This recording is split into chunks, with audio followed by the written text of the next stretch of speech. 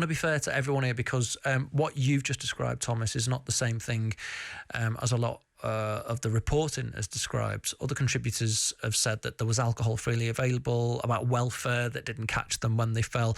You're telling me something completely different, and I take that completely, but I want both sides of these things on the record at the same time, because that is in contradiction with what we've heard elsewhere. No, I was aware of peers that had said certain things, and that there was, you know, rumours going round from people who were on my series, and, you know, there was conversations that happened. There was people in people's rooms talking about how they were going through it and just having a tough time. And I think that a lot of it for me personally was we were in COVID.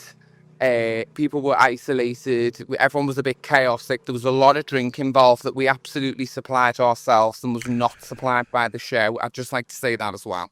Okay. Because I think a I lot read of blame somewhere else that there was a lot of alcohol provided by the show, but you're saying in your case it was that had is nothing not to do true. with that. That is absolutely not true. And to speak to welfare, for me, within a 5-minute window, they were at my door if I needed them at any time. I'm not going to diss them. Right. The producers, everything, they were incredible with me. They were kind to me, and they provided me with alcohol-free alternatives because they knew that I'd said, I don't really want to drink. I'm struggling here. I was sometimes too pissed to film. They wouldn't put me on camera if that was the case. They offered me support. They offered me help. They asked me if I wanted to leave. There was no sort of mongering of me to be this drunken mess on TV. They didn't do that, and I can't blame them. They were incredibly supportive of me, and from what I seen where other people had conversations with them, they were incredibly supportive to them as well. So I think that finger pointing where welfare is concerned, or, you know, blaming them people is completely unfair in my experience. So where's the problem with the programme then? You've said that I've been through a Channel 4 reality thing where you get sent to you do a couple of Zooms at the psychologist, don't you? Then another one, You're back and forth. And my own experience, I never went on I won't say what show it was, but I never went on it in the end. But I felt like, looking back, I'm not going to say lied to, but I was definitely being sort of hoodwinked to, you should come on. And I just felt like there was just, for me, going through that, I felt that you're not lied to, but you certainly very much manipulated in some sense, right? Yeah. I think that there's a job, isn't there, for people to do, and their job is to cast you and make a show that's fantastic. And I think that we also have to sort of take a step back and go, I'm an adult here who's consenting to put my whole life on TV. And I think that when I went through that process of being cast, I was cast very, very quickly, from basically a phone call, really. Yeah.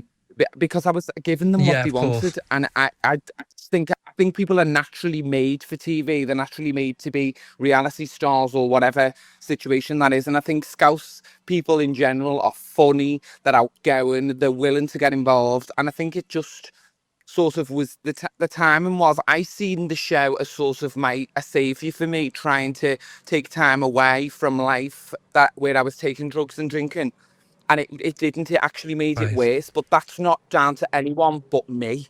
Yeah. You know, I went to the shop, I bought the wine, I drank the wine. I'm an adult, and I think that we can't just be blaming. We can't blame everyone else. We really can't. You do consent to these things. You consent to being on the show. I think where there needs to be stuff that's looked at is for these victims that are, you know, going through what they've gone through. I think there needs to be more support for them, but I can't speak to that experience. Was there a focus by the show's producers and production team? I've read that from the top to the bottom, and this may or may not be correct. This is quotes I've read from people, that there's a real focus on, are they having sex? There was a real focus on, an unnatural focus on whether or not people taking part in the show were having sex, and some people felt pressurised, and, you know, you're sticking people who've not met each other before in a domestic environment and going, off you go. And for me, that seems fraught with risk to me. I mean, it's fraught with risk, isn't it? I think that we can all attest to that. I think for me, I didn't share a bed with my partner, so I can't contest to that at all. And they were very aware that there was absolutely no romantic connection at all. I think for him, You know, he really wanted to be on the show and he wanted something really fruitful to come from it, and that's absolutely fine. You know, we all have different reasons for going on. Queer politics, sex, and culture. Outcast world.